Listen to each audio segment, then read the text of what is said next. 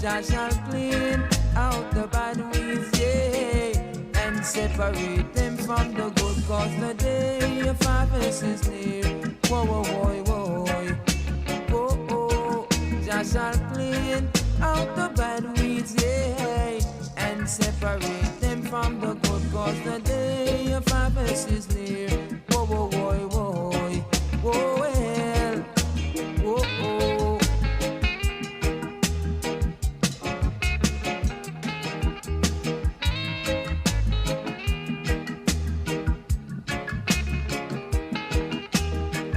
Woe be unto those that say their feet well, and they are not. Woe be unto those that say they're Jews, and they are not. God shall have them in his region. They'll have their season, and they shall be cast away, I say, just like the chaff that the wind drew it away. Oh yeah, oh oh oh, oh well, oh yes. Jah shall clean out the bad weeds, yeah, and separate them from the good, cause the day of harvest is near. Whoa, whoa, whoa, whoa, whoa, oh, Jah shall clean out the bad weeds, yeah, and separate them from the good, cause the day of harvest is near. Whoa, whoa, whoa, whoa. Safa sapheli sizwe simnyama iwasafa Isizwe saba kavula moya Anitshaleni inkokheli zethu zeselamu wemaye wemodo Safa sapheli sizwe simnyama iwasafa Isizwe saba kavula moya Anitshaleni inkokheli zethu zeselamu wemaye ngiyakhala Safa sapheli sizwe simnyama iwasafa Isizwe saba alamula Anitshaleni inkokheli zethu zeselamu wemaye wemodo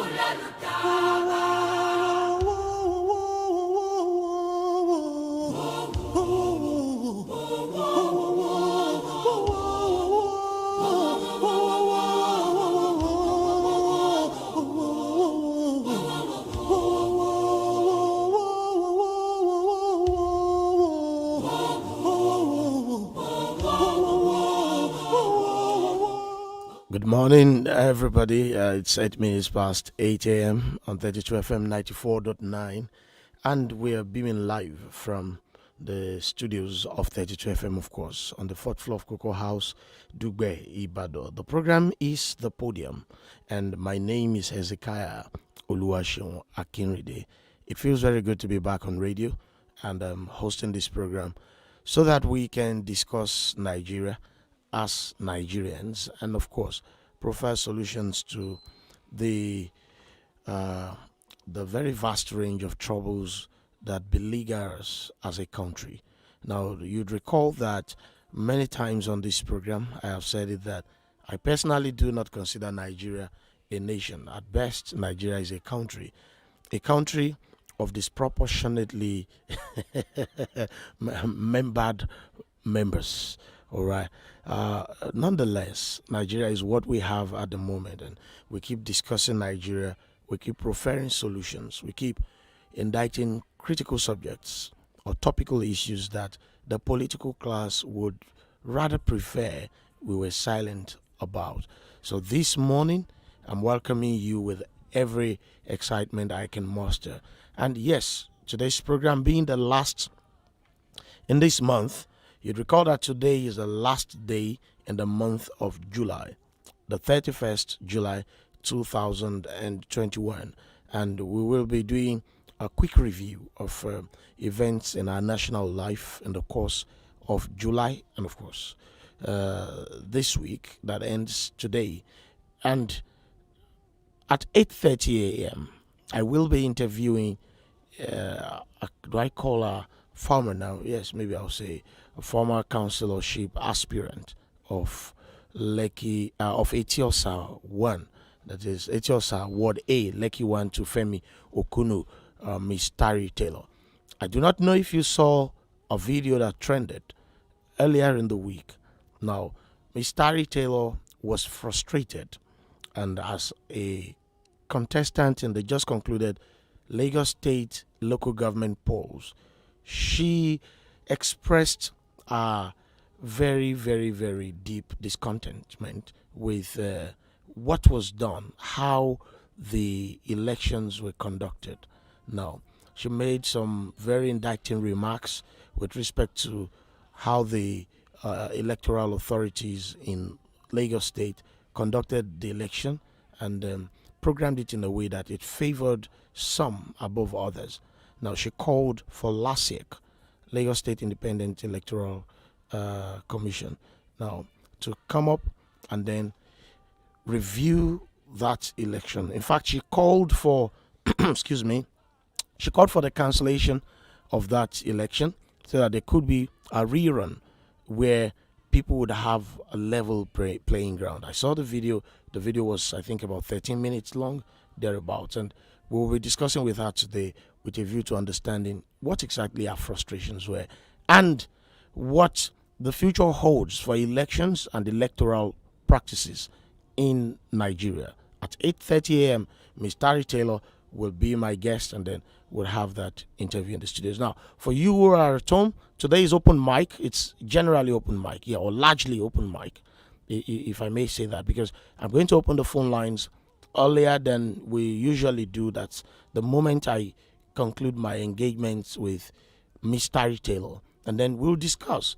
Now, you'd also remember that the news broke of the indictment of a top police officer, Mr.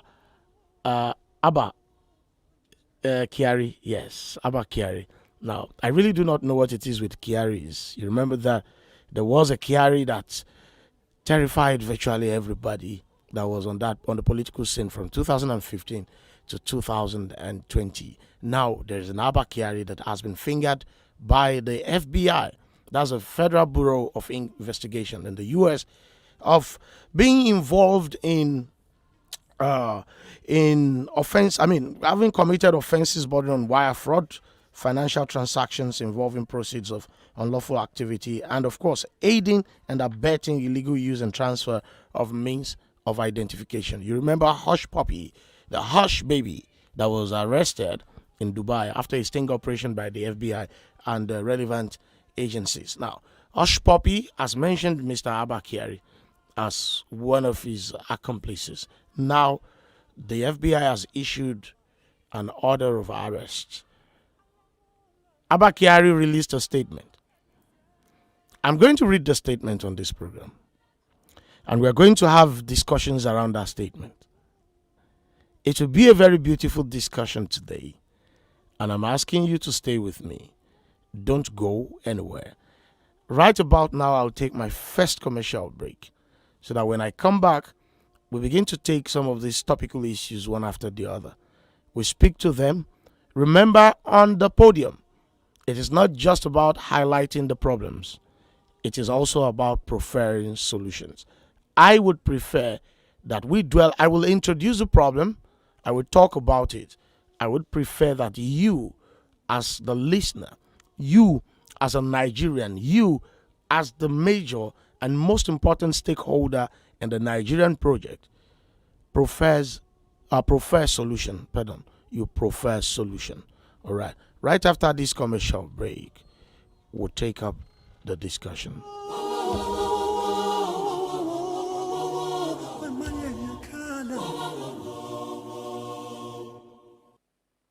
Safa sapheli sizwe simnyama iwasafa Isizwe saba kavula moya Anitshaleni inkokheli zethu ziselabu wemaye wemodo Safa sapheli sizwe simnyama iwasafa Isizwe saba kavula moya Anitshaleni 32 FM 94.9.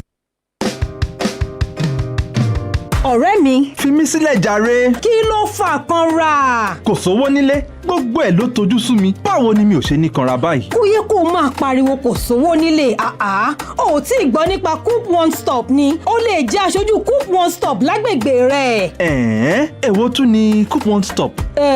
Olódo. Tó o bá fẹ́ jẹ́ aṣojú Coop One Stop, ó láǹfààní láti máa rówó déédéé, àǹfààní láti di onílé àtàwọn àǹfààní tó pọ̀ jáǹtìrẹrẹ. Jẹ́ aṣojú báǹkì lágbègbè rẹ̀ ló bá tán. Ó darapọ̀ mọ́ ẹgbẹ́ ó pọ̀ jaburata nìyẹn. Tọ́lá ṣẹ̀ṣẹ̀ lọ sí ẹ̀ka Cooperative Mortgage Bank tó súnmọ́ tàbí kí o pè 0700-262-26564 lẹ́ẹ̀kan sí 0700-262-26564. Ó sì lè lo ẹ̀ka ayélujára wọn www.cmbankng.com. Coop One Stop, ọ̀nà àbáyọ kan ṣoṣo tó o nílò. Olówó orí mi, má bínú sí mi, aláàlè pẹ́. Obìnrin ṣá kí n gbé ọ lọ sírun ọ̀sẹ̀ mẹ́kọ̀ọ̀bù nítorí gbé ọ lọ ọ̀dọ̀ télọ̀ ẹ̀mí gan sì ti gbàsọ mi nbọ mo ti ara yà ń wégele fẹ́ fan. èsì àwọn obìnrin lọ rí un ṣùgbọ́n gbogbo ohun tó fẹ́ lójú kan ló wà l'Alabama House àmọ́ àwọn ìwégele fẹ́ fan o. tó bá ń gbọ́lé ẹ̀ṣọ́ ilé oge Alabama House ní jẹ́ bẹ́ẹ̀ Diamond Standard Beauty and Spa ló ti ṣojú lóge tó fi mọ́ pẹ́díkíọ̀ máníkíọ̀ bó sì ṣe kan bọ̀ tóra rẹ̀ ìyún màsáàjì irun tá a bá bọ̀ ṣe lọ́kùnrin tàbóbìnrin ọ̀ dàrí mọ́lẹ̀ lọ́ni àwòpadà sẹ́yìn needle and thread bespoke tailoring bẹ́ẹ̀ tá ti ń faṣọ dára lóríṣiríṣi tí ó dàbí ẹni pé wọ́n bímọ ni àyè sì tún wà fẹ́yìn tẹ́ fẹ́ kẹ́kọ̀ọ́ nípa bọ́n ṣe ránṣọ ìyún fashion school gbogbo ohun tó fẹ́ lójú kan ló wà l'Alabama House suite 1 ládojúkọ FRSC office tuntun lọ́pọ̀pọ̀nà Dùgbẹ̀sẹ̀ lẹ́yẹlé Benjamin Ìbàdàn 08074029577 Alabama House ilé oge ààfin ẹwà. Keeping fit is one of the prerequisites to living a very healthy life. Have you been looking for the place that can solve all your fitness needs? Don't worry. I have just a place for you. DNX Body Fitness Home. At DNX Body Fitness Home, we have the very best of machines to help you on your fitness journey. We also sell the best of sports materials for all your sports needs, essentials, and food supplements. Think sports. Think DNX Body Fitness Home. We are located beside Full Range Microfinance Bank at Damasigba, Ibadan. Call 0905 817 1348 or 0906 641 5313. DNX Body Fitness Home. Keeping fit all day long. Gigi. Stanbic IBTC. Gang. 909. Gang. Whoa, it can be. Gang. When you use 909. Gigi. Send money via 909. Gang. Buy airtime via 909. Gang. Sub data via 909. Gang. Pay bills via 909. Gang. That's the 909 ash. Gang. Money miss road and no cash. Gang. How you go do birthday bash? Gang. That's the 909 ash. Gang. 909 is the gang code. Join the star 909 hash gang today. Stanbic IBTC. It can be. Àwọn èèyàn mi ṣègbè nítorí àìmọ̀kan Ruben George Theological Seminary Ìbàdàn ẹ̀ka ilé ẹ̀kọ́ fásitì Àjàyí Crowther tí ń bẹ lọ́yọ̀ọ́ àti Christ for the Nations Institute Dallas ní USA ń ṣètò ìdánilẹ́kọ̀ọ́ tó kún fọ́fọ́ nípa ìmọ̀ ẹ̀kọ́ Ọlọ́run pẹ̀lú ìwé ẹ̀rí tó yọrantí nípa ètò ẹ̀kọ́ ìmọ̀ Ọlọ́run Diploma in Theology and Religious Studies, Bachelor of Arts in Theology and Religious Studies, Executive Postgraduate Diploma in Pastoral Studies, Masters of Arts in Christian Leadership and Pastoral Studies, Master of Divinity. Ǹjẹ́ àlùfáà ìjọ nìwọ ni díákónì lọ́kùnrin lóbìnrin alàgbà ìjọ ajínrere olùkọ́ tàbí ẹni tó tún fẹ́ nímọ̀ lẹ́kùnrẹ́rẹ́ nípa Ọlọ́run Ruben George Theological Seminary gangan ló dáńtọ́ fún ọ láti wá ẹ kàn sí alákòóso Ruben George Theological Seminary ní Gospel Town Arúlógún Road Ọ̀jọ́ Ìbàdàn tàbí ojú òpó ayélujára www.riget.com.ng.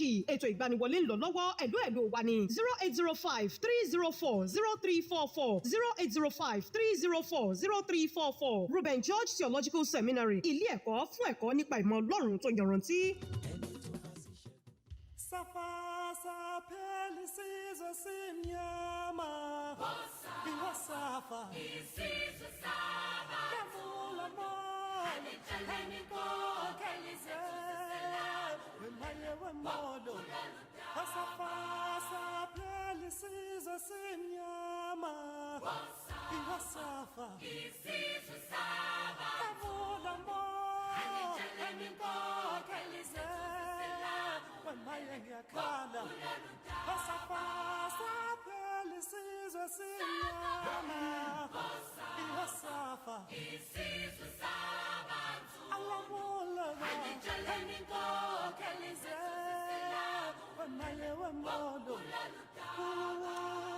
All right, in case you're just joining the program, is the Podium on 32 FM 94.9, and I am your regular host, HEZEKIAH AKINRINDE.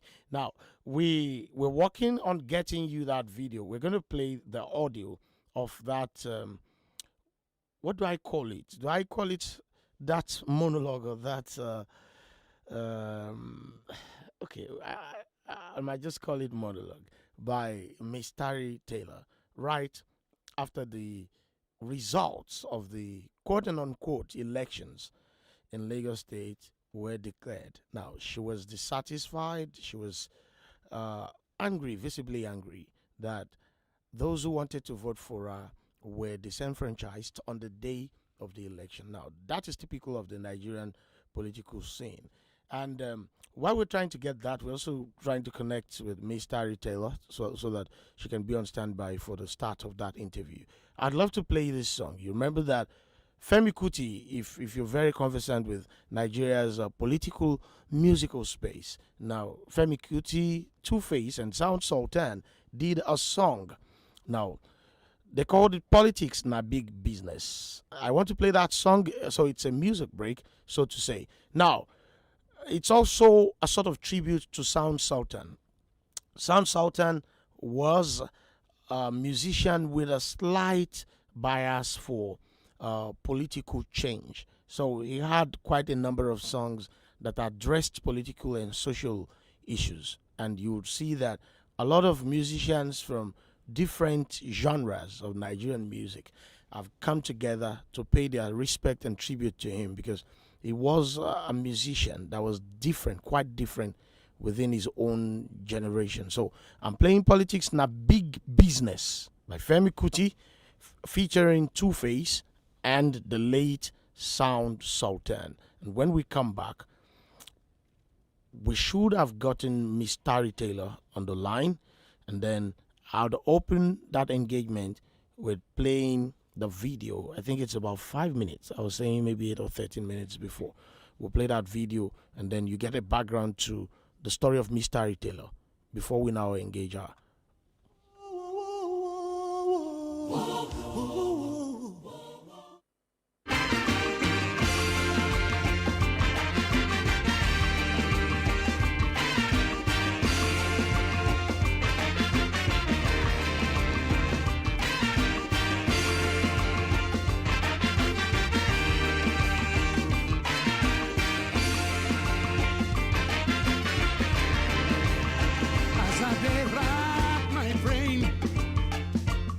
Trying to understand politics again and again. Politicians use the same tactics.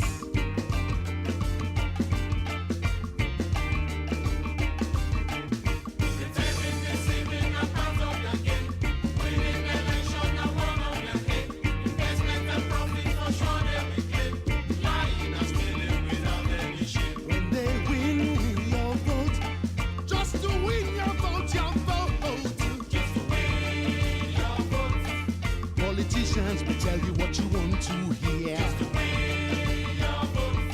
Say them will make all your problems disappear. Vote for them, you no go worry, you no go fear. Just the way your vote.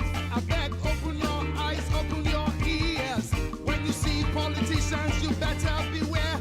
Most of them, they don't really care. Now the groundwork of their business that they prepare. Pretend to be country they want to repair. Politics not big business. Politics not big business. Politics not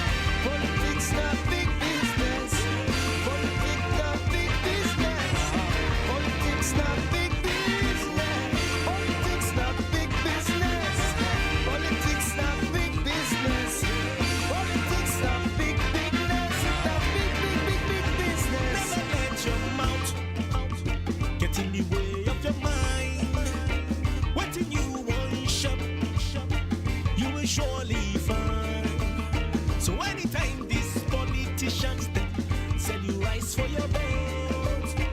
Tell them say you are verily, verily, verily finding food for your soul.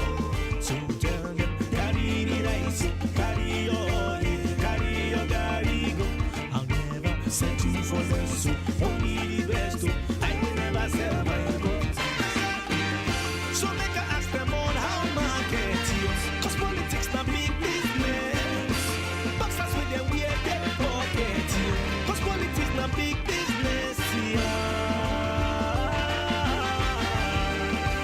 Big business, a big business, big business.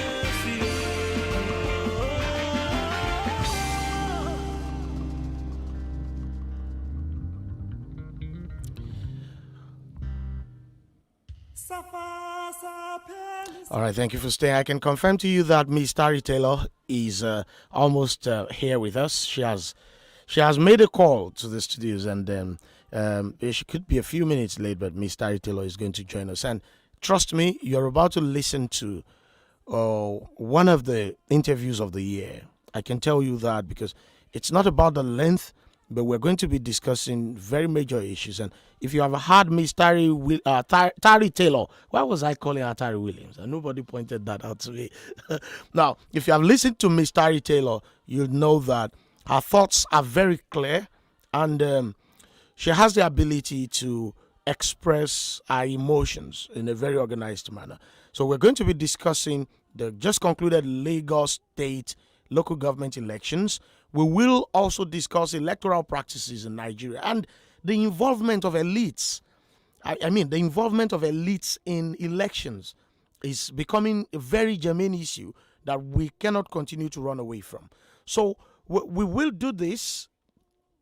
We have the file of that video that Ms. Tari Taylor did earlier this week, where she vented her frustrations at LASIEC and, of course, the electoral process that was called the Lagos State local government election. So you sit back and listen. When we come back, hopefully we would have connected with her. We can kickstart.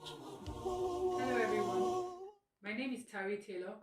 I ran for councillorship in the just concluded local government elections for Etiosa Ward A, which is in Lekki. These elections were marred by all sorts of irregularities, voter suppression, and just, all kinds of shenanigans. Can you see that? She doesn't know I'm following her, but she has our ballot. I'm wondering where she's taking it to. I want to present my case so that the right officials will do the necessary things that they need to do. In Ikate, which is part of the constituency, polling units 03 to 08 were located in the Oba's Palace, which means that anybody who was not voting for the ruling party was not even allowed into that vicinity to cast their vote for candidates of their choice. People were locked out, and then the numbers that came out of that, of those locations were just not in keeping with what typically had been the case. In Igbokosu, our polling agents were not even allowed to participate. They were not even allowed near the voting area. A small band of individuals representing the ruling party hijacked the process, threatening anybody that was not conforming to what they were dictating, and just basically, made the whole thing so messy. We could not go near the voting area because there were thugs there, and nobody who was not affiliated with the ruling party was allowed into that space.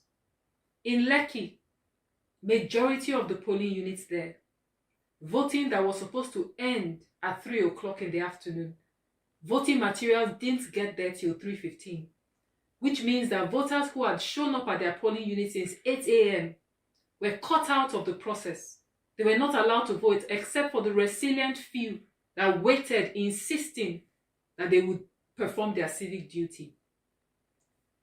Ballot papers that were brought to Lekki in some polling units were meant for Iru, Victoria Island. which means that people who voted on those ballot papers, the votes were eventually made void or transferred to candidates in Iru-VI. 1 or 3 or 4, all of the polling booths on this area. The ballot paper that we have is for Iru-VI. Iru-VI, if we vote on those, use those ballot boxes to vote, it means that we're voting for the councillor and the chairman for Iru-VI. This is Etiosa. Why would LASEC officials bring ballot papers for Iru-VI to Lekki? I mean, how is that possible? So I want to call on LASEC. I want to call on the chairperson of LASEC, Justice Phillips. Please, madam, you need to do the needful. The Youth Party has presented evidence of all these irregularities, and we ask LASEC to cancel those elections that were held on Saturday, 24th July, and organize a rerun, a fresh elections, so that the votes of the people of Ward A Etiosa would be well represented.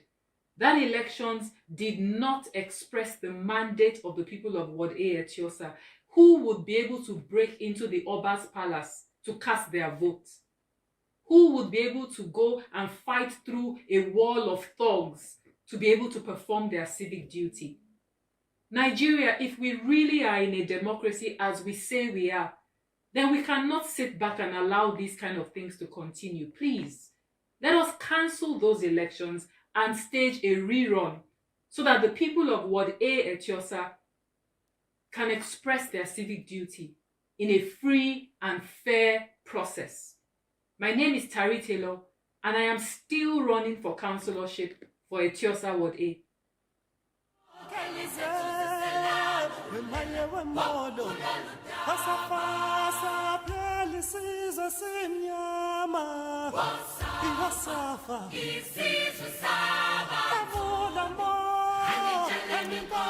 That is one of the depressing things you hear about elections in Nigeria, and you wonder if these are elections conducted in an animal world or in the world of humans. You're pained, you're shocked to the very core of your being that you still hear things like this. 6 polling units located in the palace of an Oba. And of course, we had it that it is the Oba Elegushi. His palace at Lekki Ikate. 6 polling units. How many people are in the household of the king? That 6 polling units should be there. And this is not just about Lagos State. This is what happens in virtually every state in Nigeria, Oyo State inclusive. The last local government elections in Oyo State could only also be described as a sham. Because what you find is that every party that is in power at the state level automatically produces all of the local government chairmen, automatically wins all of the councillorship seats, even when the governor of that state is not paying salaries. Benue State would conduct local government elections. The perennial salary-owing governor, whom it appears the only thing he knows how to do is to address the press on Fulani herdsmen issues. That man can hold salaries. But his party, the PDP, will still win all of the local government elections. And it appears to you as if the people have made a covenant with poverty. Ogun State, the APC cleared all of the local government chairmanship seats. Oyo State, the PDP had a very clean swoop.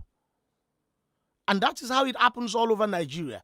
And you see, this is why I tell people that the APC and the PDP are cut from the same cloth. They are Siamese twins. You cannot separate them. One started, in fact, they didn't even start. It's been long with us. You remember how Awolowo was said to have been rigged out of the presidential elections. But then from 1999, the PDP introduced a new technology to rigging. They took it to very, very embarrassing heights. When the late Umaru Yar'Adua won the presidential elections in 2007, and the man said it himself, that I know the elections that brought me into office are terribly flawed. And then 2015, APC had a taste of power. And you know where we are now. They would lie to you that the processes have been improved. Yet, governors run their own fiefdom. The president also runs his own slave camp. It is wherever they want the votes to swing. They know how they do it. Politicians are very skilled at it. If they cannot intimidate you, they suppress voting. We're trying to get Tari Taylor to come up. The moment Tari Taylor comes up, this conversation will continue. You can watch us live on Facebook and YouTube at 32FM 949 Ibadan. Facebook and YouTube at 32FM 949 Ibadan. We're not doing anything on Twitter because they said we should not use Twitter. Even though some of the president's appointees are busy on Twitter. So we are not using Twitter, but we are using YouTube, we are using Facebook. You see, that is the hypocrisy of the Nigerian system. Even those who said stations should not use Twitter, those who said media houses should not use Twitter, in their private spaces are using Twitter. I didn't mention regulators. We're waiting for Tari Taylor. We will have the conversation about local government elections in Nigeria. We won't even limit it to Lagos State alone. You know, sometimes you hear things, you read things, you don't know if you should have a laugh or you should cry. But you should have emotions. I will take another music break while we're connecting Tari Taylor. Sonny Okosun sang a song, Power to the People. Not the type that the PDP mouths. They mouth power to the people, but power is in their pockets. APC tells you we are progressives, but the only thing that progresses is their personal interests. So their pockets progress, their friends progress, the general public can regress. Politics is a scam. Politicians and hypocrisy, Siamese twins.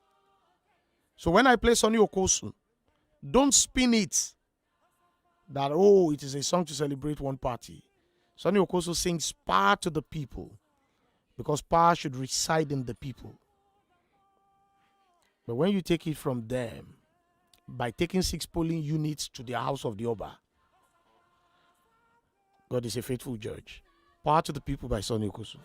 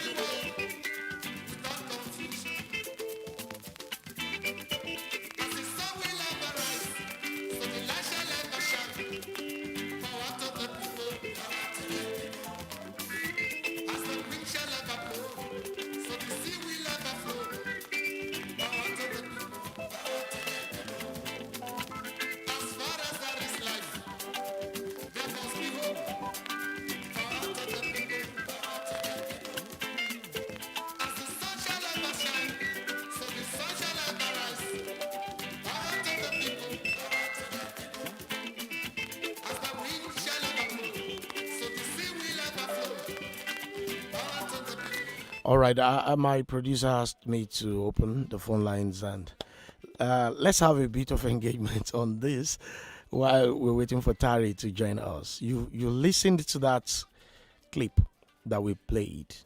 Tari Taylor is frustrated. Tari Taylor is very angry with the system. She said a thing in that clip. If truly we are practicing democracy, you have experienced how local government elections are conducted in Nigeria. Even if you don't know of any other state, you know your state. You know of the one Ajimobi conducted in the twilight of his administration. How Seyi Makinde came in and said he would not relate with those ones.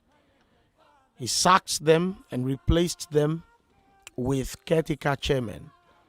And then the Supreme Court gave a verdict that the governor had no right to sack local government chairmen. And he said, okay, the Supreme Court did not reinstate them because their term had expired. But what it did was to tell the governor to pay them what they should have earned if they were in office. And subsequently, the Seyi Makinde-led administration conducted its own local government elections, and the PDP won everywhere. It was a clean sweep. Lagos State has done its own. The APC. Ogun State did its own. The APC. In the East, PDP owns everywhere. It is a Nigerian pattern. It's a Nigerian pattern. So what do you think? Is this how it should be? Is this how it should run? If truly we are looking at representation at the local level, should it be tied to the fortunes of the party that is in power at the state level? Or should even local government elections, should state elections, should INEC just handle everything? Because I've read arguments in the past that call for INEC to handle everything. Because it does appear that the federal government controls INEC and then state governments control their own electoral commissions. And then everybody does things just the way they want it to be for them. You can share your thoughts in 2 minutes before Tari comes in. 070-55,949 and 080-97,949. Ibrahim Bashir Biola is asking, please kindly help me understand. I think I heard the INEC removed some polling units and sort of. No, INEC had nothing to do with that local government election in Lagos State. INEC does not even get involved in local government elections. What typically happens is that every state has its own independent electoral commission. But the way I prefer to call it, every state has its own independent electoral commission. So they conduct their own local government elections. They are the ones who decide where the polling units should be, how many polling units they should have, and they produce the electoral materials. So I hope that clarifies for you.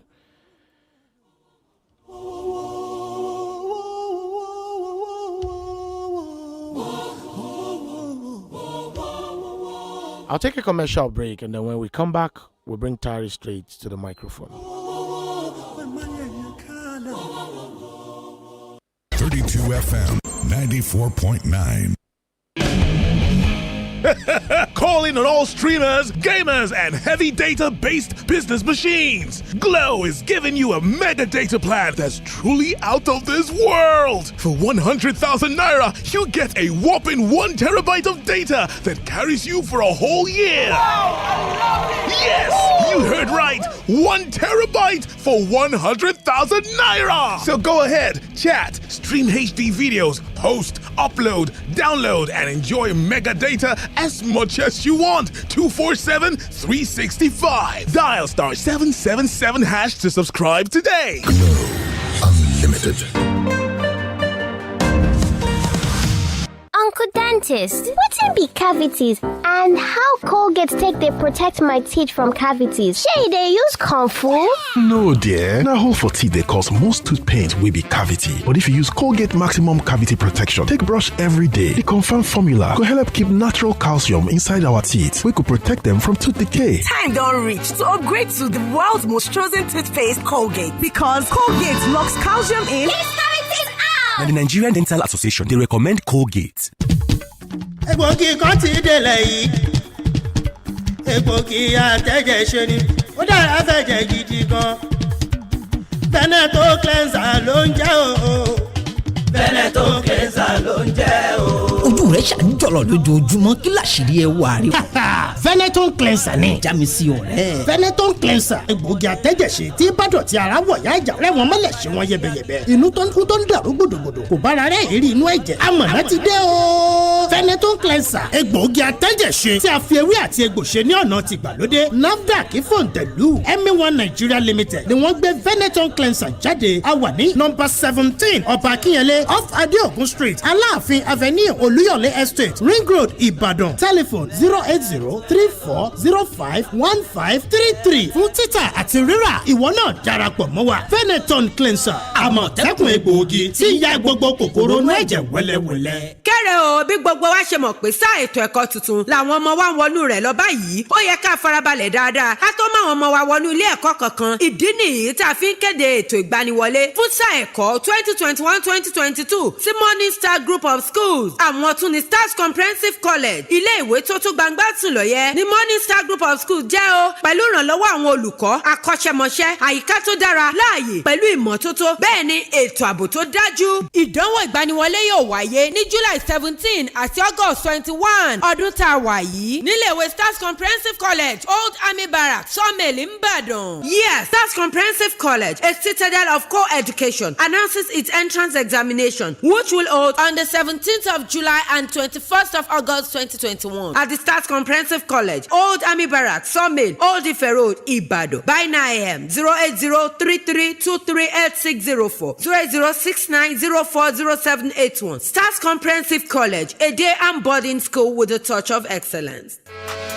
This ad will not focus on telling you why you need to migrate or study in Canada. Rather, we'll focus on getting you there. We are A3 Immigration Incorporation, authorized by Citizenship and Immigration Canada to give advice and represent foreign nationals who are looking to obtain a Canada visa and enter Canada on a permanent or temporary basis. And to clear your doubts, you can check with our ICCRC number R707544. We are recognized by the Canadian government. It's not so hard to get into Canada. You've just been talking to the wrong people. You should call 0913-660-1125 or +1 587 43 444 23 or 0817 600 1000 0913-660-1125 or +1 587 43 444 23 or 0817 600 1000 or visit a3immigration.com.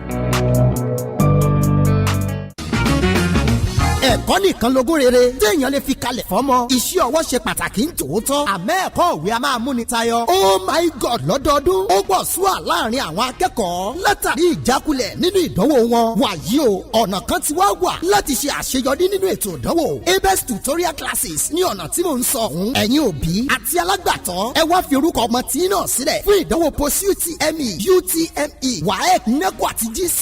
bẹ́ẹ̀ kẹ̀dẹ̀ ọ̀fẹ́ ni ìforúkọsílẹ̀. ẹ jẹ́ kí àwọn ọmọ tí náà darapọ̀ mọ́ apex tutorial classes lásìkò ọlùdí ọlọ́jọ́ gbọ́rọ̀ yìí. torí àgbéyẹ̀wò ètò ẹ̀kọ́ fún gbogbo àwọn akẹ́kọ̀ọ́ bẹ̀rẹ̀ láti jẹ́ SS1 títí di SS3.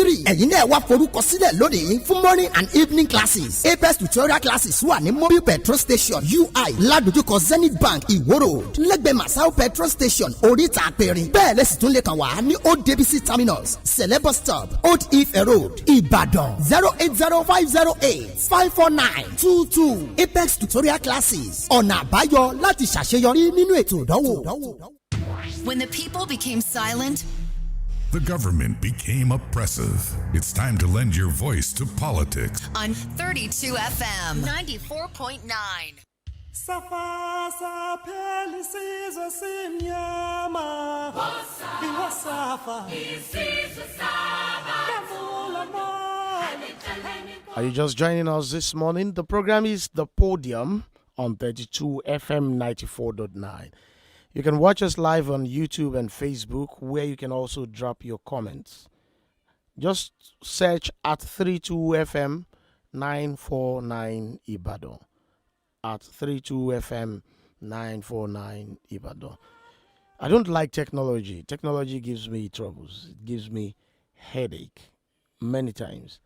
Maybe I'm old school, like some of you are. We're trying to connect with Tari, but technology is also trying to restrict polling units to the palace of an Oba. But we will break through that wall. No Oba can stop this engagement. If you like, put all of the polling units, all of the technology polling units in a melon soup compound or wherever you like it, whether egusi or egushi. That one will not work. This interview is going to hold. We're working on alternatives to get Tari Taylor. And then in a moment, we'll get her on the line. And then we can do this. We wanted to do it through a different medium, but since the polling units are restricted, we will also organize a fresh election.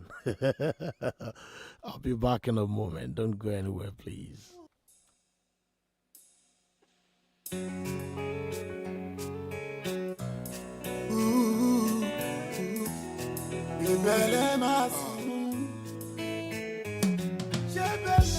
Ọjọ́ rẹ̀ bí àná dàgbò òmìnira 1960 nígbà yẹn things easy gẹ́gẹ́ bọ́n ṣe wí darúgbó tó mi dán lòdùnú pátí gbòmìnira òmìnira ìdí dàbí ẹ̀wọ̀ náírà wá ìlú polúkúrú mùsù ewé tàgbà ló jẹyàn wọn níṣu abẹ́ orí ewé rí.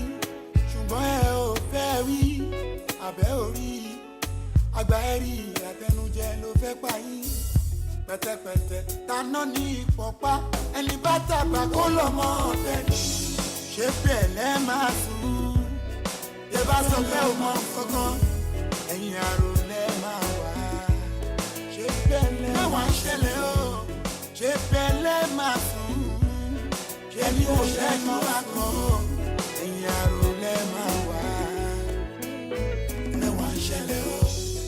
Kí ni sùúrù tí ò lérè? Kí ni iṣẹ́ tí kò ṣeré? Wọ́n ṣàléyàn tí ò lórúkọ. Ó kúkú ṣiṣẹ́ ó dẹ̀ rèrè. Ẹ̀dẹ̀ sọ pé a ṣì wà lọ́mọdé. Nǹkan sálẹ̀ yẹn ń jẹ́ ká gbàdo tó dé. Láì sọ̀rọ̀ gidi lọ sọ, ọ̀rọ̀ tó ní láì ló sọ. Aláti fi lákàyèsí ká sọ̀rọ̀ síbi tọ̀rọ̀ wá. Ṣé bẹ́ẹ̀ lẹ́ máa sùn o? Ṣé bẹ́ẹ̀ lẹ́ máa sùn? Èèyàn lẹ́ máa wà. Ṣé bẹ́ẹ̀ lẹ́ máa sùn? Mẹ́wàá ń ṣẹlẹ̀ o. Ṣé bẹ́ẹ̀ lẹ́ máa sùn o? Ẹ bá wo ṣẹ́jú wa kan o. Èèyàn lẹ́ máa wà o. Mẹ́wàá ń ṣẹlẹ̀ o. Bódà sí kòbó yẹn, wọ́n wá sádùúgbò, wọ́n aṣọ ọmọ jẹ́ẹ́jẹ́. Ẹ̀jẹ̀ kan wọlé tán, gbogbo ẹ̀jẹ̀ tán jẹ́ láwọ̀ kẹ́ṣẹ́. Tó bá tún ṣe wẹ́rẹ́, lásìkò bò wọ́n ní kọ́dọ̀ tó lọ bẹ̀rẹ̀. Wọ́n á ṣẹ̀nu mẹ́rẹ́, kàlùkàlù gbé nǹkan mi ṣẹ̀nu wúyẹ́. Làbí tún ti wọlé, ta ló dìbò fún? Pàṣán tàbí iná yálé, òǹbẹ lórí àjà fún. Ọ̀dọ́ ẹ̀ lọ tún ra mú. Ẹ má jọ pàpọ̀ ní funfun. Fún yín, mo wí tèmi. Àṣepé kan kò sí o, àṣepamọ́ ló wà. Àṣesílẹ̀ kò wá gbà. Èmi yóò tí kú, mo sì lè ṣiṣẹ́, mo sì lè fọ́. Hello, good morning. Hello? Yes, good morning. Hello, good morning. Good morning, sir. Your name and where Are you're you on calling from. program? Yes, we are. The Podium. Okay, I just want to contribute concerning the local government election in Nigeria. Go ahead. Let me say this. I don't know, it is my own personal opinion.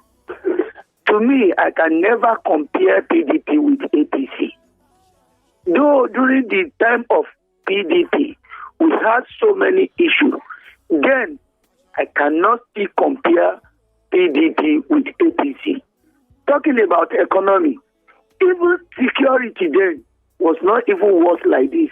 And now let me now come back to, because you said the issue of Oyo State, the last local government in Oyo State. Yes. I'm one of the presiding officer. Amazing. Okay. That that was presiding over that election. Okay. In my ward, in my local government, in my Southeast local government. Me, I did not even tolerate nonsense when I was managing the process. I did not tolerate nonsense. And the reason is that the few people that came, about maybe 40 people that came to our polling unit, I made sure that I followed them closely and they did what they needed to be done on that day. That is concerning that. You know that the ruling, the major opposition party did not participate in that election. So it gave the PDP easily right on that day. So to me, I can never compare APC with the PDP. Okay, no, what is your name, sir? You didn't tell me your name. Yes? You didn't tell me your name, sir. Allah is my name. Allah is my name. Okay, so I can never compare them. In terms of economy, look at what is happening now. No. Mr. La, I would love us to restrict the comments, all right, to the conduct of local government elections in Nigeria. No, I'm not referring. What I'm saying is that what happened in the last local government election in Oyo State. Yes. You know that the major opposition party, which happened to be APC, they did not participate in that election. Just like the PDP did not participate in 2018. Wait. In a place where I resided, the opposition that participated in that election, even their party agents, I did not see their party agents. When we are talking about election in Nigeria, until they remove money from election, these things require a lot of money. Most of these opposition that we are talking about, they don't have that capacity of that amount of money. That is what is happening. So to me, we can never compare. I'm talking about Oyo State. What happened the last election in Oyo State? To me, I can averagely it's okay. We can never compare it with what happened in Ogun or Lagos State. That is my own contribution. Okay, thank you very much, Mr. Ola. All right. Okay, some good news. Tari is right here online, and then we're just trying to tidy this up. I apologize for this drag, but I'm sure by the time we have the interview, you will find out that it was all worth the wait. You can call in and share your thoughts on the conduct of local government elections in Nigeria. 070-55,949 and 080-97,949. 070-55,949 and 080-97,949. Good morning. Is this Ibrahim? Yes. Okay, Ibrahim, nice to have you here again. I pledge not to compromise this topic and not to do any comparison with anybody or any party, because I think it's like comparison now. But what I will say is about election area. On election, I think the best way to do election is to be fair. And I think the best way of fair election is by participation and not monetarizing the election. What I mean by monetarizing is that there should be we are ready to serve. And even we need to look at how we do campaign.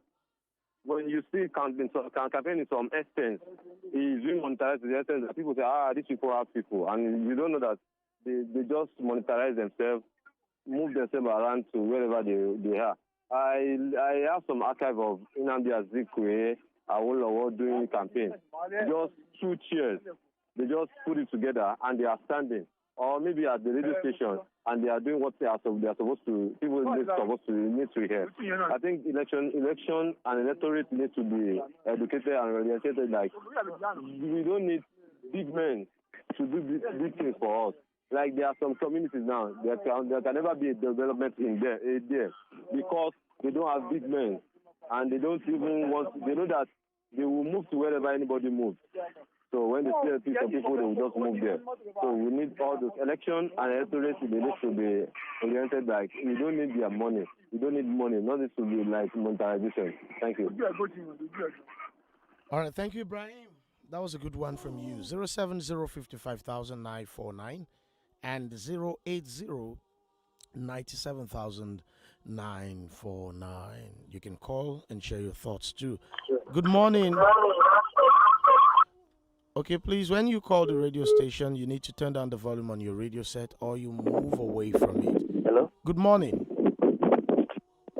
Hello, good morning. Shell. Good morning, Shell. Yes, good morning. Yeah, this is Easy. Hey, Kewulezi. Yeah. I want to seek respect to the Lagos state local government election. Now, the issue I have is that the control of that local government, it will take time before another party can take over that. I have a friend who wanted to contest for the local government, a very young, brilliant chap. What was he running for? He was running for the chairmanship of the local government in the area where I live, the community Ibadan. Well. And I just told him personally, or while chatting up with him, that I know you are coming out, but you stand no chance of, he knew, but he just wanted to give it a try. And I commended his effort, but he knew quite well that there was no way his party would outsmart APC. So what I'm trying to say is, when you have someone taking charge, when you have this hegemony, someone taking charge of all, they're calling the shots, it's difficult. When you have brilliant minds who are ready to actually impact, they can't do anything, they're handicapped. And some of them, at the end of the day, they lose interest in politics and then they move on with life. That is the issue with that grassroots level. If there's a way we can have people wake up and understand that it doesn't matter. Vote for the right person and let the democracy dividend, let it get across to the people. If that does not happen, we'll continue to have people taking charge of the control of the government, and there won't be rapid development at the grassroots level. Thank you. All right, thank you, Eze. Thank you.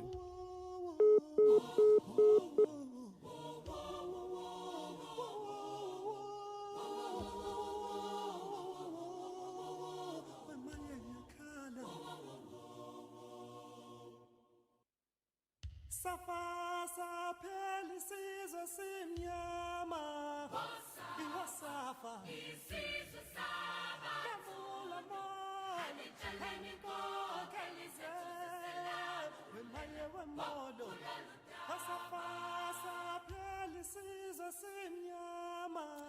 All right, so now we have Tari Taylor on the line. Tari Taylor contested for councillorship at Lekki Ward A. That is from Lekki 1 to Femi Okunu. Good morning, Tari. Good morning. Okay, it's nice to have you. Hear me loud and clear. Yes, we can. It's nice to have you here eventually. Nice to be here. Thanks for having me. Okay, so let's get to it now. Okay. I saw your video. Yes. You were frustrated. You were angry. You were disappointed in the process of the election. Yes. Okay, so what exactly played out at that election? Okay. Thank you, and thank you to all your listeners for being patient. I've enjoyed listening to their own contributions and assessment of the elections as well. So in Lagos, specifically my ward, Etiosa Ward A, which is from Lekki Phase 1 to Femi Okunu, what went on was basically just a lack of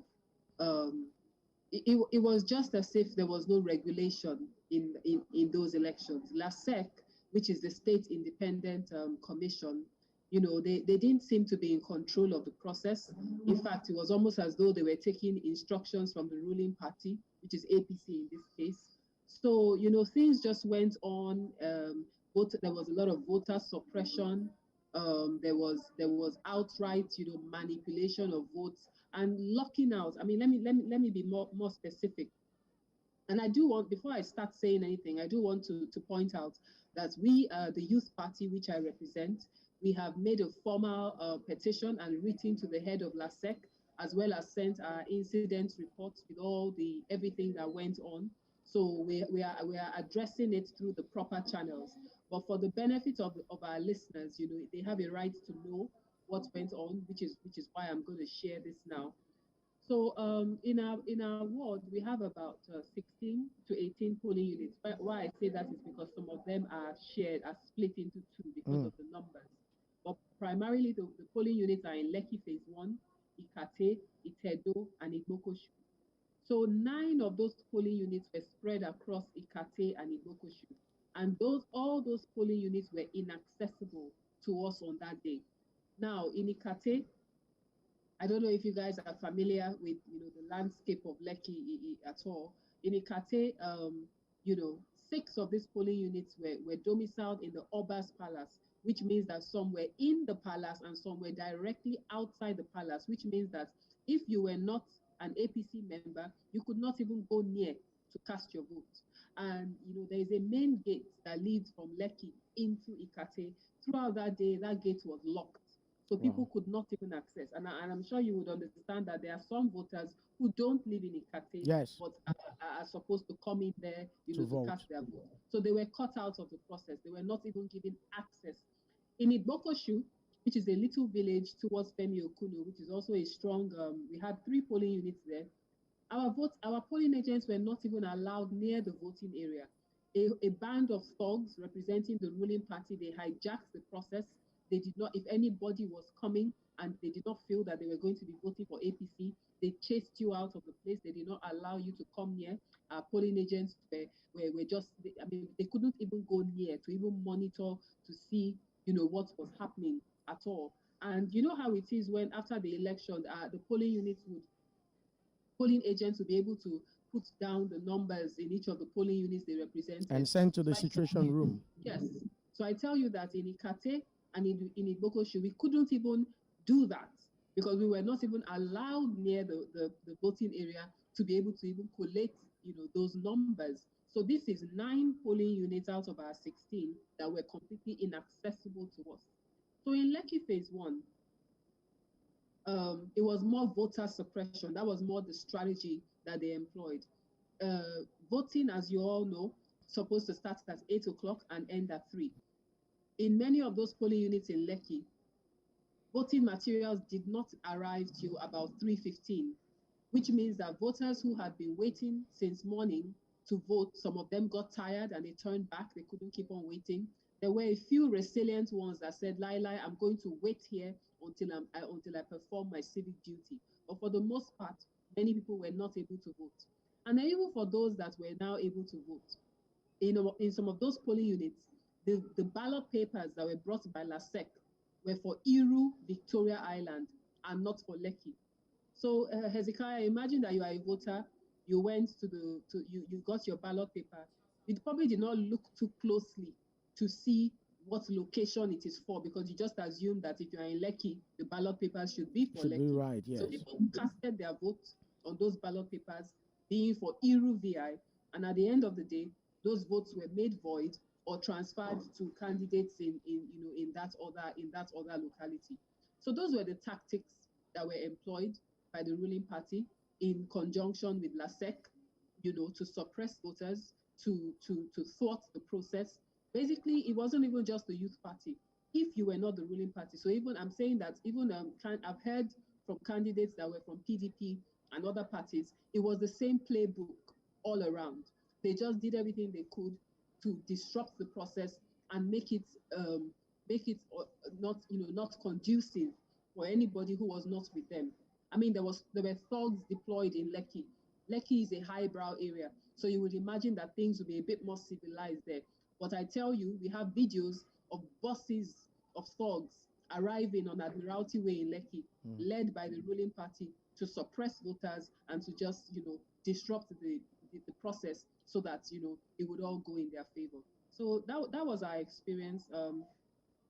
And yes, very disappointing. I'm no longer angry. I'm not frustrated because it's not over. Like I said, we have gone through the appropriate channels, to bear our grievances. The election tribunal, I don't know if you're familiar with this process, Hezekiah. Yes, I am. You know that the election tribunal is supposed to be inaugurated even before the election. Elections, yes. But in this case, till today, this is 1 week after the elections, no election tribunal has been convened. But sorry, Tari, did your party not raise an objection before the election with respect to the constitution of the tribunal? Well, I mean, we noticed that, but we just thought, how things are, how there can be all these lapses. So we thought, okay, it probably has not been announced, but we would never imagine that they would contravene the law in such a way. We always like to believe that people will be law abiding, and these are top public administrators. Why would the election tribunal not be convened? Till today, I tell you, no election tribunal has been inaugurated. So we are asking the question, why is that the case? Is it that they already knew the way everything would go, so they are not even interested in convening the election tribunal? But we're on it. We have top legal representation, who are willing to pursue this. And I must say it's not even about me, or claiming my mandate or whatever. It's really a duty. We have a responsibility to the citizens of Nigeria to pursue this to a very, very good conclusion. Because if we don't do anything about it, what are we saying? Is this the country we want? Is this the way we want things to be? Are you telling me that you and I, who are citizens of this country and have a constitutional right to present ourselves for public service, we cannot stand up and say that, we want to be voted in a free and fair process? So it's unacceptable. And that's why I myself and the Youth Party have decided that, for the sake of reason and fairness and justice, we must pursue this to a logical conclusion. And we're on it. We are on it. Okay, Tari, we'll take a commercial break so that when we come back, we can continue this conversation. I intend to engage you on your thoughts with respect to how local government elections have been conducted in the past, how they are now, and what the future looks like if we continue with this present trend. Okay. So we'll be back in a moment. Don't go anywhere, please.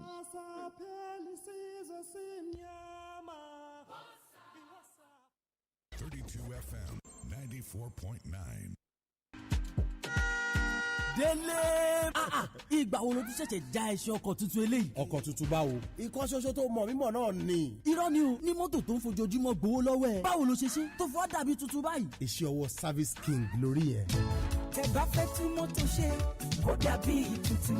Service King ní kẹgbẹ́ lọ. bẹ́ẹ̀ni Service King aṣáájú nínú àwọn auto service companies tó ń sọ mọ́tò di tuntun bí ìyàwó àṣẹ̀ṣẹ̀ gbé. èyíkéyìí ìtọ́jú ara ọkọ̀ tẹ́ fẹ́ ṣe bó bá jẹ́ mechanical bó jẹ́ body work ẹ dá gbogbo ẹ̀dá Service King. àwọn akọ́ṣẹ́mọṣẹ́ pẹ̀lú iṣẹ́ ìgbàlódé ni wọ́n fi ń sọ mọ́tò di tuntun lọ́dọ̀ wọn. onírúurú páàtì ọkọ̀ tẹ́ bá sì ń fẹ́ direct ni wọ́n kó ọ wọlé látòkè òkun. American cars, Japanese cars tó fi dórí German cars. diagnosis ìyẹn àyẹ̀wò ni wọ́n kọ́kọ́ ṣe kí wọ́n tó dáwọ́lé mọ́tò rẹ̀. wọ́n mójúlẹ́jà ìgbàlódé spray painting tó fi mọ́ baking tinútẹ̀yìn ni wọ́n sì fọ mọ́tò fún gbogbo oníbàárà àwọn tí wọ́n bá parí iṣẹ́. bí ọba ní Service King gúwà sí plot 36 College Crescent nítòsí Bevy High School Òkè Àdó Ìbàdàn. ẹ̀rọ ìbánisọ̀rọ̀ 09135380000. Service King ọba tó ba lórí gbogbo mọ́tò.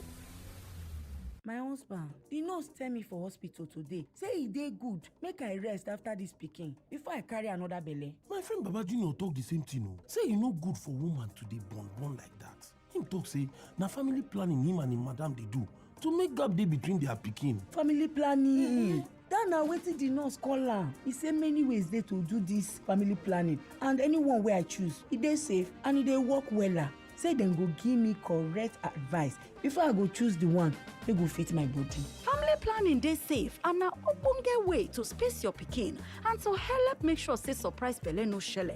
To collect informate wey dey confidential with better advice about family planning, make you call this number free of charge 080-000-22252 and you fit waka visit any hospital wey get the green dot logo.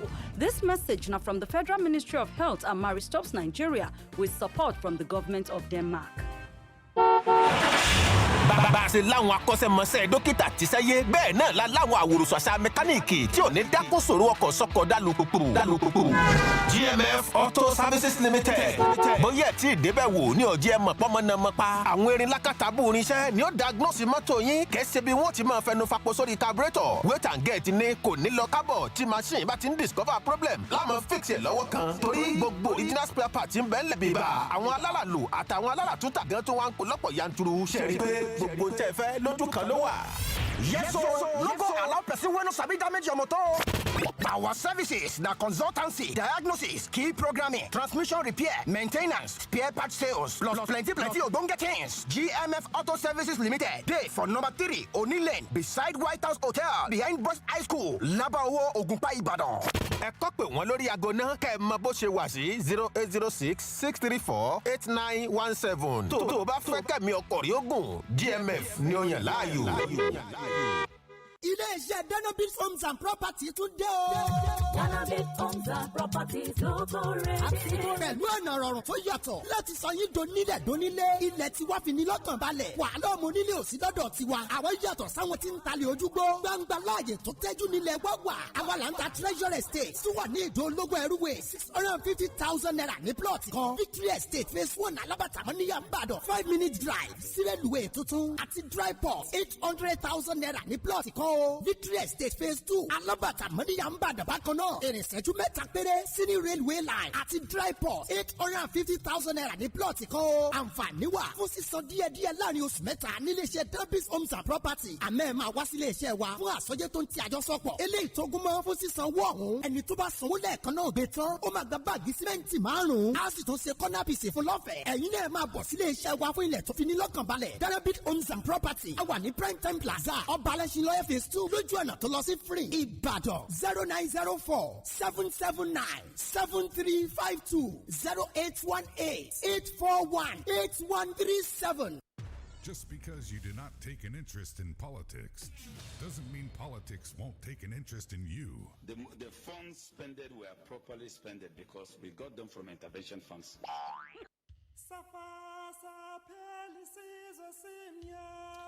All right, thank you for staying here. This is the Podium on 32 FM 94.9, and I have been speaking with Tyree Taylor, who is, Tyree said, I am still running. That was the concluding part of that video. Tyree said, I am still running for councillor of Lekki Ward A, Lekki 1 to Femi Okuno. So, Tyree, you are still running for councillor? Yes, Hezekiah, because I mean, that as far as we are concerned, there was no election. That was a sham. So the race is still on. I am still presenting myself to my constituents to be their councillor so that they can come out and in a free and fair process select the leaders that they want. So yes, I am still running. You know, Tari, I admire you. You are a media practitioner of 14 years, right? And yes, you did not aim to run for the House of Assembly. You did not aim for a seat in the House of Representatives. You chose to run for councillor. Yes, sir. What motivated you to run for that? I thought you should aim higher. Okay, so, I mean, I have already been active doing some representation within the Lekki area. I am a member of the Lekki Estate Residents Association, where I serve on the Environment Committee. So I'm also the secretary of my subzone in Lekki. So on a regular day, Hezekiah, I go to Alausa to represent my members. I take matters to the relevant government agencies. So I am doing that representation to some degree. So when the opportunity to run for the councillorship came with the Youth Party, I thought to myself, I mean, I'm a private citizen and I'm already doing this representation.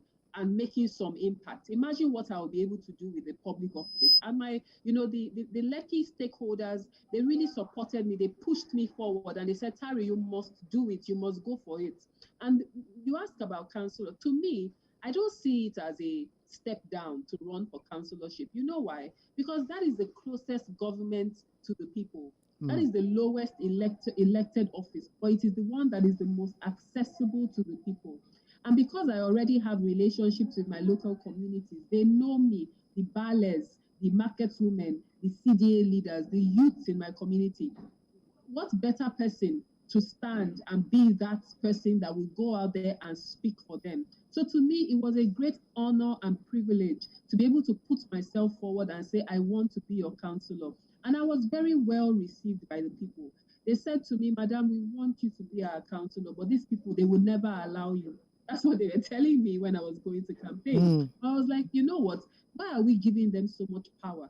They are all Nigerians. As a citizen, you have a right to select the leader you want. As a citizen, I have a right to put myself forward for public office. So let us go out. Let us not sit back and resign ourselves and say they will never allow me. Who are they? Are they the owners of Nigeria? We must come out and do our duty. So that was what informed my thinking, all through. And I must tell you, the communities received me very well. In fact, they were already bringing their problems to me while I was campaigning, and I had already started doing the work on their behalf. Okay, so if the communities received you very well, you also know that the electorate receives virtually everybody very well, but they follow the highest bidder. Did that not play out? Did money not play a role? Because I'm sure you didn't spend as much as the ruling party would have spent. You see the funny thing, while I was campaigning, a lot of people were asking me, am I running unopposed? Because nobody else was campaigning. My opponents in the APC did not come out to campaign because they were so confident as to what they were planning to do. They didn't show up on the streets to campaign. So many people didn't even know who my opponent was. They all thought I was running unopposed. But you see, even while I was out there, some of those boys or people will say, money, money. And I would engage them and let them know, for all these years, you've been collecting money. Please, where has that taken you? Look around you. Look at how dirty everywhere is. Look at the quality of life you are living. You are living in houses, no toilets, no bathroom, and you are happy to be collecting 1,000, 5,000 naira. If you are okay with that quality of life, no problem. Continue to follow your APC. Continue to follow the people that have put you in this situation. So I told them that I'm not here to beg for your vote. I'm here to offer you a better deal. So if you think, if you have a brain, you can see your situation, the condition that you are in. If you think that is okay for you to be collecting 1,000, no problem, follow them. But if you are here to work with me in the plan and the strategy that I've brought to you, then no problem, let's move forward together. And many of them, they changed their mindset, when I said that. They really did change their mindset and they supported us, they followed us. Many of them were our canvassers. But you see, this is a very oppressive government, and I'm speaking in my words. They are very oppressive because they threatened the communities. Several projects that they were even supposed to be implementing to the benefit of several of those communities. They threatened them that if they don't win in those communities, those projects will fall through and they will not do it. So those are the kind of intimidation and threats that these guys employ in subduing and oppressing the poor people. And they also use poverty as a weapon. Because they know that a lot of people in these communities are poor, they weaponize the poverty and use it to hold them down and use it to hold them in their grip so that they cannot make a free and fair choice when the elections come. So those are all the things that we see out there. And, we are working to change it because I don't know what you feel about it, Hezekiah, but it cannot continue to be like this. Absolutely. It cannot continue to be like that. And you see, that was why the day I saw your video, I told my supervising producer, I said, we need to get Tari to talk to us on this program. But Tari, now your ward is largely elitist, is it? Yes. Yes. And it is a known fact that elites don't go out to vote.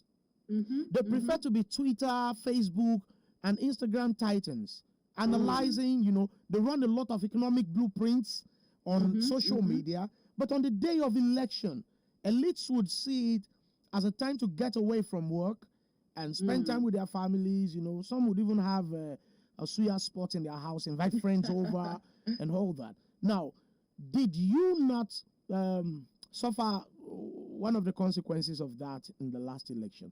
How many of the elites did you see thronged out to vote for you? To vote, yes. You are very correct on that. Historically, Lekki, Etiosa are known to not come out and vote. And, that's something that we all take responsibility for. I must even confess to you, if I was not running many of us, if I was not running for these elections, nobody would have even known that there was a local government elections happening. It would have just passed. And, people, they would have just been leaked. Some leaders would have just been forced down. Because you guys are busy trying to make money over there. Well, but you see, I do have to say this. My campaign opened their eyes, a lot of the elites in Lekki. My campaign made them realize what was going on. It made them realize that there was an election happening, and it also opened their eyes to the structure of the local government. Many of them don't even know that we had a councillor. They said, so who is the current councillor? I said, he's there and he has done 3 terms. People that have lived in Lekki for 20 years, they have never known who their councillor is. So that's the disconnect that exists. But I do have to tell you this, Hezekiah. The numbers this time, even though it was still very low, but it's the highest it has been in a long time. Because they know me, because I'm a part of the Lekki community, and, I was able to work with the stakeholders there. A lot of people who would never have typically participated in the local government elections, they came out and they voted, or they were aware. For those who couldn't vote, they were at least aware of it. So you see, every great journey begins with a little step. This year, this is what we have achieved. In the next 3 years, those people are in trouble because now everybody's eyes are open. People are more aware of what is going on. And Lekki elites, we have all taken responsibility for our failure of involvement, which has put us in the situation we are in today. Okay, now I'm curious to know a thing, because it is what plays out in politics around here. Were overtures made to you by the ruling party to get you on their side, maybe to drop your ambition or to team up with them with promises of some appointments or contracts? Yes. Some conversations like that were instigated. They gave me, I met some very highly placed people, in my ward, and that was the suggestion they were making. And they gave me their phone numbers and all, but I was not interested in anything they had to say. So I didn't follow up. I didn't call them. I didn't follow up on the conversation, because I believed, and I still believe, that we beat them to it. You see, when I went out there, people would tell me on the streets, there is nothing APC can come and tell us here, because people are so disappointed and discontent with what is currently the case. So that's why they didn't come out and campaign, because they don't have the mouth. There is nothing they can come out and tell the people. People are no longer fooled by all the lies and all the bribery and everything that they do. So they try to say to me, okay, maybe you can come and take a job, and everything. But I was not willing in any way to forfeit my mandate. I know that the people accepted me, and I know that I have better to offer the people than they currently are doing. These guys are not interested in serving the people. So to me, I was not even moved at all. I didn't even call them. They gave me their number, some very powerful, highly placed people. They gave me their number. I didn't call. I never got in touch with them, because I was more interested in doing what the people wanted me to do. Okay, now, with your experience in this last election, where you said some bands of thugs were seen at different locations, yes. You mentioned Admiralty Way specifically. Now, maybe you've read it or heard it, that for you to survive in Nigerian politics, you need a balance of terror. So that you need a what? A balance of terror. So that when the opposition raises an army of thugs, you also have an army of thugs to defend you. Now, did your party consider that before the elections? But we are not in a jungle, Hezekiah. What kind of society is that? That on election day, when normal, regular citizens are coming out to perform their civic duty, it will be fire for fire, thugs versus thugs. What are we in a jungle? No, I'm sorry, I don't subscribe to that ideology. They brought out their thugs. So what does that mean? We too should bring out thugs. And are we better than them? We're all the same as far as I'm concerned. And none of us deserve to be in positions of authority if that's the way we embrace. You see, one major lesson that I have learned from this process is that, security is a major thing. As they had all their thugs out. And, it's unfortunate that the police also seemed to be part of their gang. The police, several, in Mokosu, for example, when the thugs hijacked the place, we made a report. The police went there, but it was like a meet and greet. They just laughed. All of them were laughing with themselves, shaking hands, and nothing happened. Everything continued.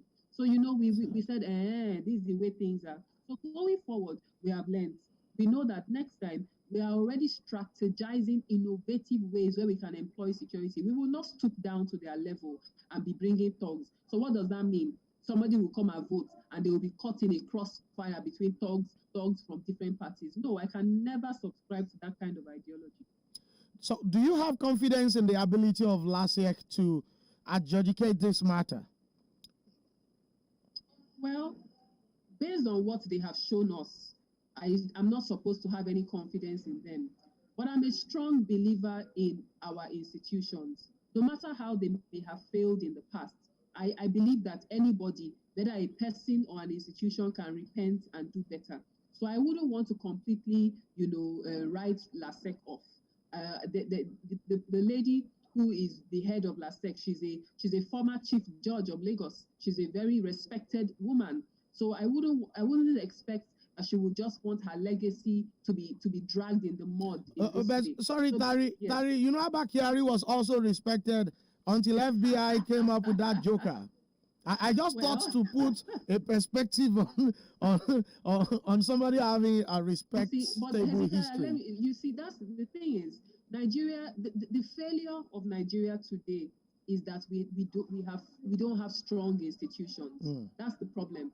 Our institutions are weak, and they seem to be an appendage of the people in power, and that is wrong. That's not the way it's supposed to be. But I choose to continue to believe in the potential of our institutions. I love Nigeria. I love this country. I believe in this country with all my heart. So no matter what I am seeing, I am a person of faith. I will continue to believe. I will continue, even if I'm disappointed, I will still continue to believe and just say that one day, they will rise up and they will do what they're supposed to do. So LASEC has disappointed me, has disappointed a lot of people. A lot of people are even calling, for all sorts of sanctions to be made against LASEC. But I just still want to believe that, they will rise up and they will do what they need to do.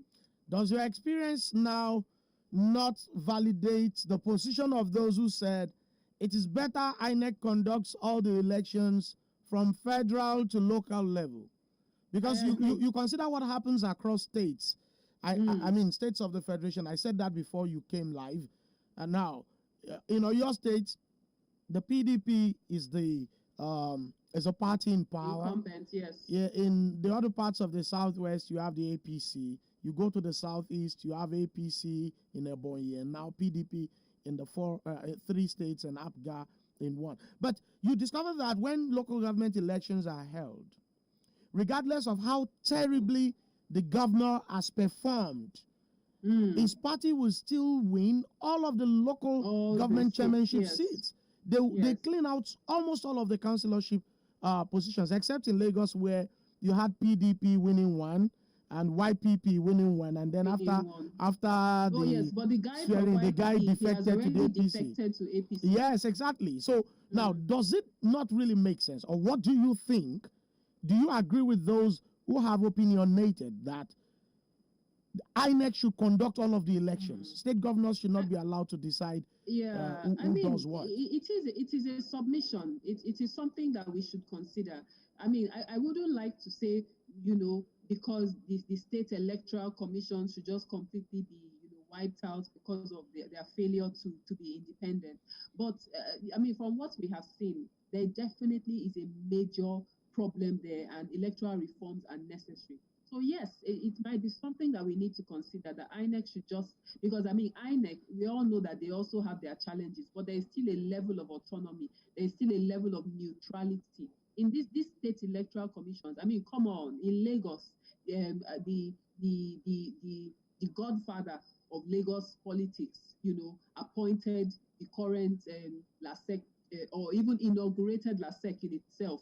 And they are the ones that appoint the LASEC officials and all that. So how do you expect can you bite the hand that feeds you? How is there supposed to be justice, fairness, equity in that kind of situation? So I think it's definitely something that we need to consider, where INEC may just need to conduct everything going forward. Let's talk about campaign finances, Tari, because you've had an experience. How did you finance your campaign? Or let me even ask, how much did you spend on your campaign? In totality, I definitely didn't spend more than 3 million. Wow, on your campaign. Yes. And we ran a fantastic, formidable campaign. Maybe that's why people did not vote for you. 3 million naira? No. Let me tell you something. We started it very late. My whole campaign was about 8 weeks in total, okay? And you see, we live in an innovative age. It's not about the amount of money, but about the quality of your ideas and what you implement. True. We started very late. The whole campaign was about 8 weeks, which means that we were not even interested in just spending money for spending money's sake. If it was not going to directly convert to votes, we did not bother. So we went on, people contributed, all that came from residents of Lekki, people that supported us. And we went at it, we went hard. Look, let me tell you something. Even those people I told you about in the ruling party that were offering me things, how do you think they got to know about me? Because we ran a formidable campaign. We ran a formidable campaign, not about money, but about ideas, but about the strategies that we employed. We got people on our side. I'm sure there are several people that will be shocked to hear that we only spent that amount of money. And we are going to make our books public. There's nothing to hide. I'm making those books public so that people will learn from us and know that it's not all about trashing money all about. It's about the quality of ideas you are bringing to the table. Why were they so scared? Why were they calling me to offer me a job? If I was so inconsequential, why did they feel the need to try to sidetrack me? Or why did they need to deploy all their stops in Lekki to keep us back? So you see, I'm very proud of that campaign that we ran. And Hezekiah, I am personally going to send you, to see how we spent our money. I'd love to see it. Yes, we should be the new model for how political campaigns should be run, because we ran a formidable campaign that got people in power scared and trying to shut us down. So how did you raise the funds? Because now you see what we do on the podium is not just to identify the issues, the problems. We also love to talk about solutions, and we love to learn. We love people to hear the experience of those who have done it, because there are issues with party politics. There are issues with campaign financing. There are issues with even party financing. Now, so how did you raise the funds? Was that 3 million your personal fund, or your spouse supported you, or you raised from party members? No, it all came from people like you, and just people who knew about my campaign and said I want to support. So some I don't know, some I know, some are residents of Lekki, some are family members, some are friends, but people just came together, put money down. Some contributed as much as 300,000, some contributed as small as 10,000. Wow. But people contributed, and I am very proud, and I stand on Nigeria to declare that we ran a formidable campaign. Everybody, from those in the ruling party, they were saying to me that, Madam, we appreciate what you have done. They saw the impact that we made. 3 million naira. So you see, it's not about money. It's about the quality, the ideas you are bringing forward, the strategies, the innovation. Because like I told you, we started late. We had just 8 weeks. And I got some very good advice from the beginning that saved me a lot of useless spending. People told me, people in these communities are tired of politicians coming and making promises and promises. So you need to embrace a different approach. So what we did, Hezekiah, is that we went into those communities with solutions. I went into Itedo with waste trucks and cleaners, and we cleaned out those markets, we cleaned out the communities. Likewise, we did the same in Ibokoshu, we did the same in Ikate. And that endeared us to the people in those communities. While we were doing all that, we were actively campaigning. My face was on the waist trucks, so people could see that it was me that was doing this thing. It endeared us to them. People opened their doors to us. Young people followed us. When we did a road walk, you should have seen the army of young people that were behind us. We marched all around the constituency on that Saturday. So I didn't spend money frivolously. We were very frugal with our spending, but every naira that was spent on this campaign was strategic and opened doors for us to win people over. Okay, I'll take you a few steps back into that video you did, and Yes. you had said it in the opening statements too. Now, there were 6 polling units right inside or directly in front of the palace. The Oba's palace, Oba yes. Elegushi. Yes. Now, that speaks of the involvement of the traditional institution in politics. And it has been like that for a while. Mm-hmm. Do you think it is healthy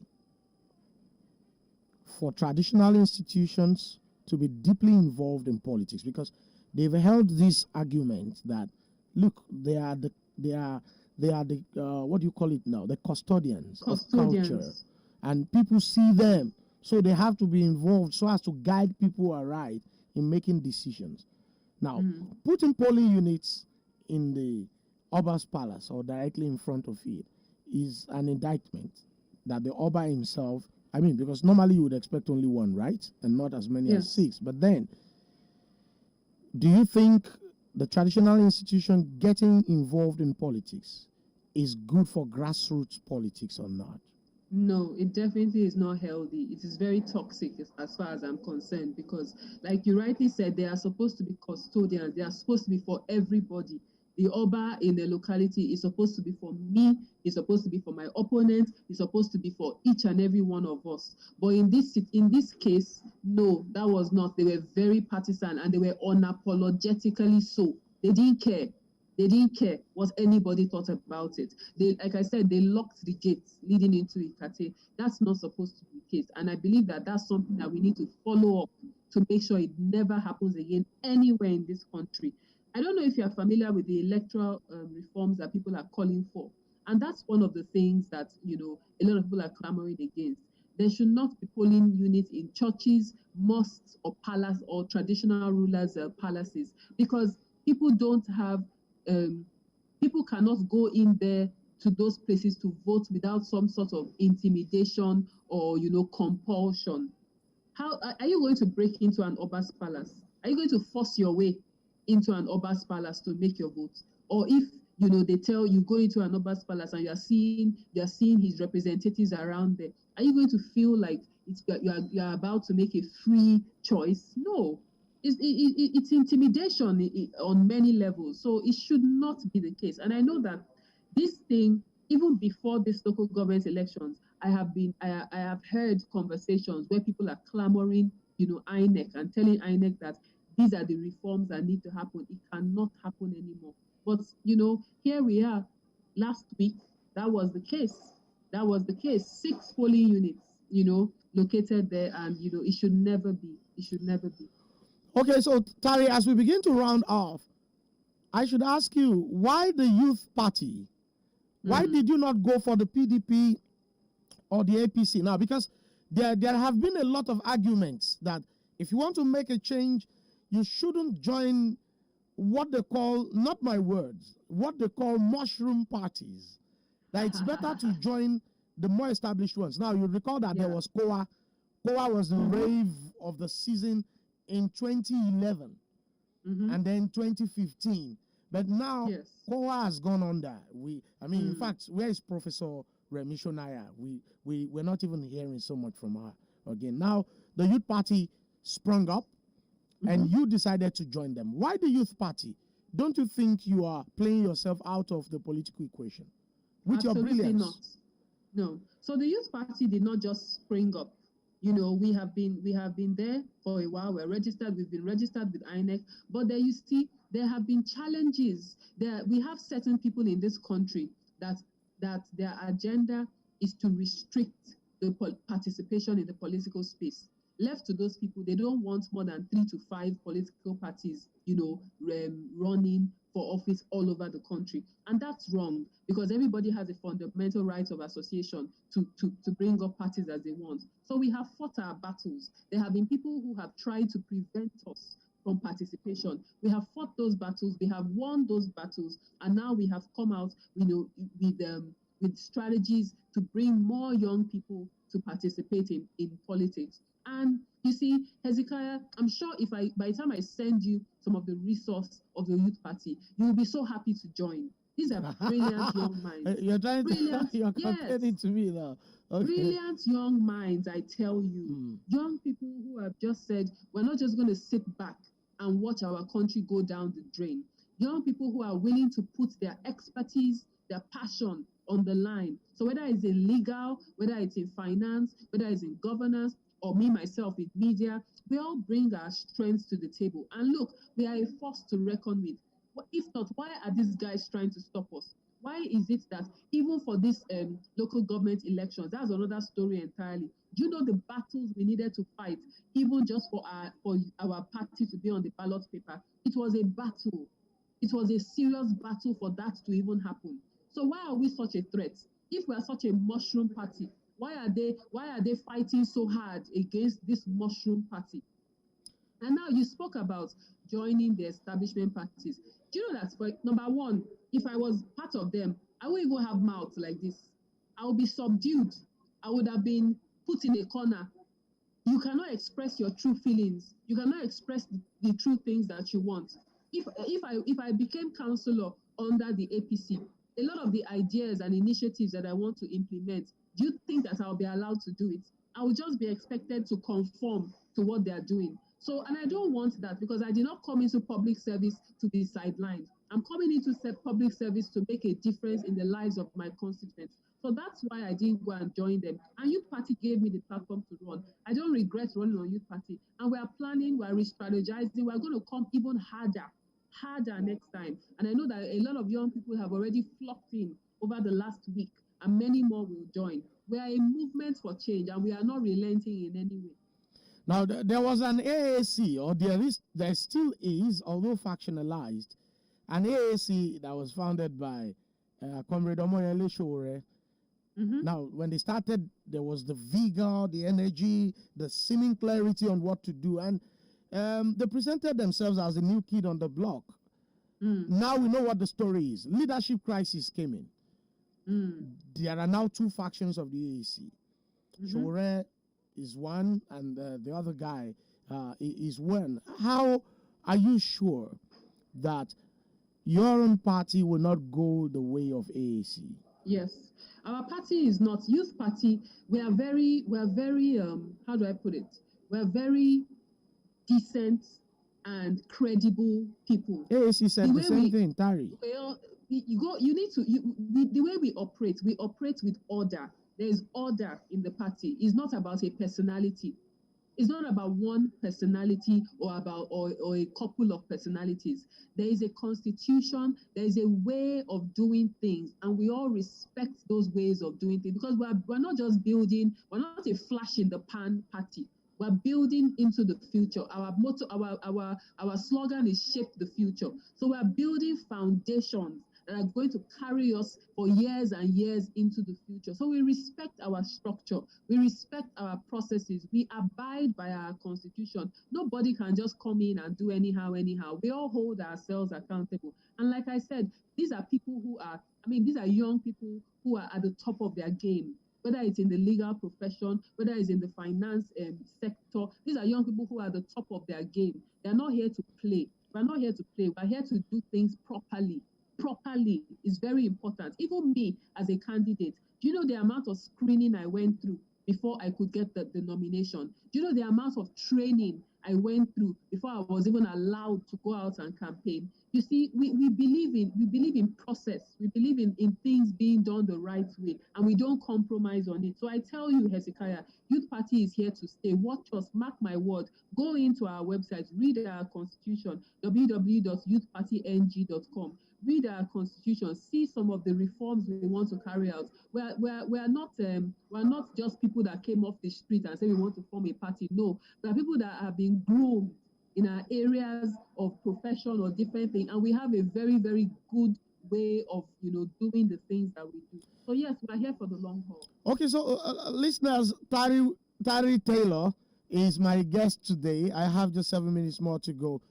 You want to engage Tari, you can call the studio lines 070 55,000 949 and 080 97,000 949. 070 55,000 949 and 080 97,000 949. While we wait for callers to engage or listeners to engage, I'd like to ask you this question, Tari. Yeah. You are now a politician. That's what I see. I mean, it's not even out of place to call you Honorable Tari, because the mere fact that you were screened and you were approved to contest, in Nigeria, confers that honorable-ship on you. So, Honorable Tari. I didn't plan it, but yes, I accept. Okay, so now, Tari, okay, we have a caller. I don't want to deny people. Hello? Hello? Yes, Ibrahim. Ibrahim, please, I'll need you to speak up so Tari can hear you. All right, go ahead. Yeah. You have 30 seconds. I really appreciate you. Firstly, I would just have to tell you that when you are coming harder next time, please don't borrow money. Because they know their way. But I need you just have to implement something, maybe in the House of Rep or the like. Okay. Your state, it's not in Lagos State House of Representatives. So just implement yourself there. From there, you have a structured last check. From there, because if the legislative is wrong, there is nothing you can do. Thank you. Okay, thank you, Ibrahim. Okay. Yeah, good point. Yeah, okay. You had that. He said, when you're coming harder next time, don't borrow money. I don't need to. Hezekiah, I stand on. I think he's even talking about your party. He's even talking about your party. That when you guys are coming harder, don't borrow money and all that. No, okay, we don't need to. I was saying you are now a politician. Okay. And politicians in Nigeria love ambitions. When it's not working in a place, they move. You can hardly find that politician who has not crisscrossed the political party terrain. Now, Tari, is it Youth Party for life for you? Or at some point you may find yourself jumping ship? No. I've been raised to be a loyal person. Loyalty is a high virtue for me. I stick with what I believe in. I stick with the people who have stuck with me. Youth Party has been there for me, so I'm going to be there for the Youth Party. That's how I was raised, and I don't compromise on that. I don't want to go and be doing parator in APC or trying to go and kiss anybody's behind to be able to get an office. No, I believe in my credibility. I believe in what I have to offer. So I'm going to stand with the people that have, we're all running this thing together, and we will get to where we need to, because there have been several victories. Like I told you, we have suffered a lot of, how do I put it, resistance. We have suffered a lot of resistance even to get to this point, and we have overcome every challenge at every point. So I believe that there are many, many more victories ahead of us, and I want to celebrate it with these cool, young people that we are all riding together. We will celebrate it together. We will go together, and no defection. Forget those people. This is a new Nigeria. This is a new movement run by young people. Okay, I do hope that very soon we can engage the national chairman of your party, or do you call him president of your party? I could help you. I could hook it up for you. Okay, great. We're going to work that out. So, on a final note and a very light mood, is your Yoruba good? Your Yoruba, is it good? Dear. You see, that's the thing about lucky people. Your Yoruba is imported. All right, Tari, it was nice talking to you this morning. Oh, it's been fantastic. Thank you. And we'll keep an eye on your progress in politics. No problem. Do have a beautiful weekend. You too. All right, bye. And that is the program this morning, or that was the program this morning. I want to say a special thanks to Perez, who facilitated this session with Tari Taylor. Perez did a very good job. A special thanks also to Tony. Tony, thank you for setting up Zoom. It was beautiful. Kayode Obisheso, thank you for the efforts you put in. Timilen, you can do better next time.